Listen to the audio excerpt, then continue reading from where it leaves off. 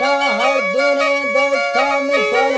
रब सत्तार सुल्ला मखने दुआ मोहम्मद मुस्तफा पारा तिलक के तोरवा गोमा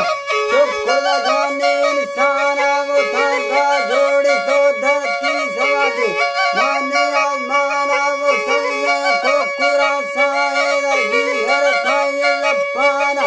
दुआ शाहिरी शौके को पाके रब्बा सारा हवा के में बला लोटी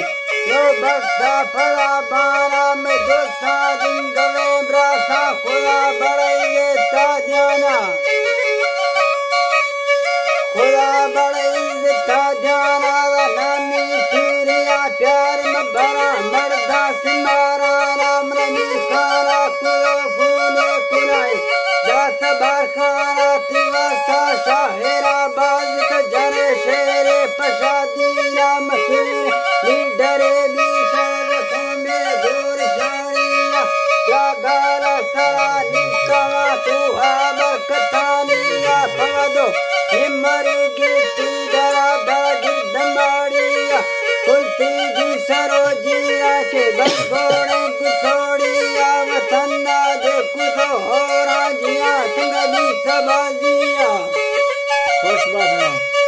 जिया संगबी सबाजिया शगोरा जिन पुरा निष्ठा गुमर्दी ताकता सिया रदीना गंड थी दोस्ती पूरा था हिलालिया था अल्लाह ने रवा भी था वसी बेखाज कर गया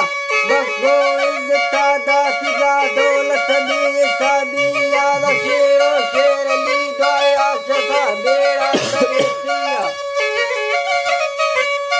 शरती गेड़ा तरेसिया नासिया चल तो मुल्का तारीफा जिया सैया सारते सासरे रुस्ता थमामिया दोस्त खामिया को साथी फैसला हक तने साला लटोलिया हम दर्द करो चानी अरुआ सोच किया तखाना सिद्धिया खासा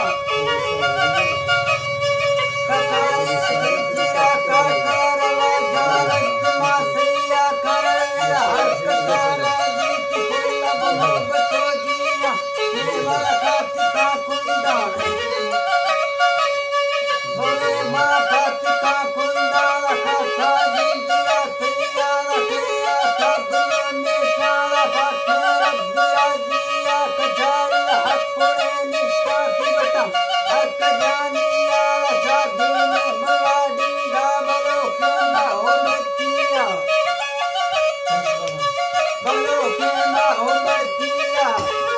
जिया है बलो के माहोमतिया वो इलाले कवियो शाब बाचिन में तकूरिया अचार कभी तला दीना दिलधोरा मसटिया रमीरे हमदरिया तोला होला विस्तटिया होला लश्कु अकबर खास खरखा भोन परजिया पर दिया फैसला दी जब कहा